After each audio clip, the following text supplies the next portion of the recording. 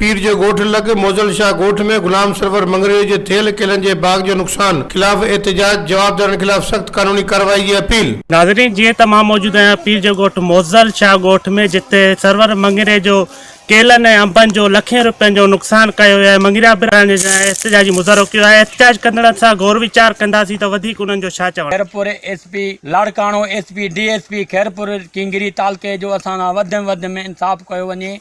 असां हुनखे गिरफ़्तार करायो आहे। नुक़सान थियो आहे? नुक़सानु असांजो घटि में घटि साईं 2 लखनि रुपयनि जो आहे, जंहिंमें असांखे केला अंब असांजा हुकूमत गौर वीचार करे असांजो इंसाफ़ असांखे ॾिनो वञे, न त असां इहो धरणो जारी रखंदासीं। असां एसपी साहब ॾे क़ुर पाक खणी असां पंहिंजो मुताहिदो पूरो वठंदासीं। नुक़सान थियो आहे बाबा, हिते जेको मजनो नारे जुवार जो वॾो आज़ार आहे असां सां।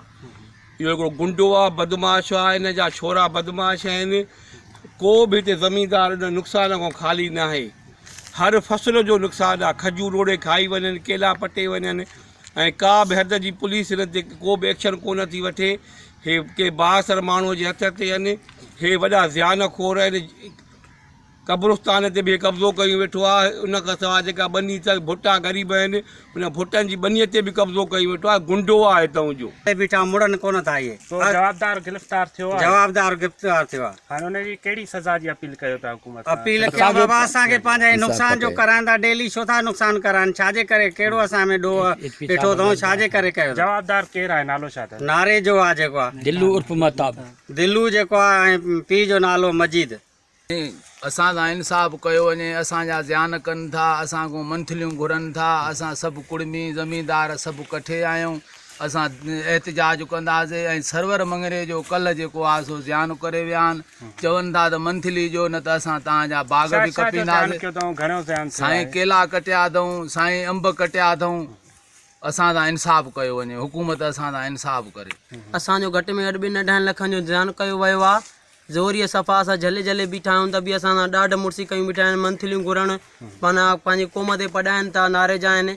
असां इंसाफ़ कयो वञे। असां एसपी साहब खां घुर था कयूं त असां इंसाफ़ कयो वञे। नुक़सान थियो आहे? अपील था कयूं 3 लखनि जो तक़रीबन आराम सां हूंदो। जवाबदार केरु आहे? जवाबदार मजन नारे जो पुटु आहे, दिल्लू उर्फ महताब नालो अथसि, जंहिंखे असां ॿधायो आहे। पर इहा पुलिस जेका हिन खां 2-3 हज़ार वठी हिनखे छॾे ॾींदी, हिन जे लाइ असांखे इंसाफ़ कयो वञे। मुज़ाहिरीन जी ॻाल्हि ॿोल ॿुधी हुननि जो चवणु हुयो त नुक़सान कंदड़ जवाबदारनि खे फौरी तौर गिरफ़्तार करे सख़्त खां सख़्त सज़ा ॾिनी वञे, न त ॿी सूरत में एहतजाजी दायरो वधायो वेंदो।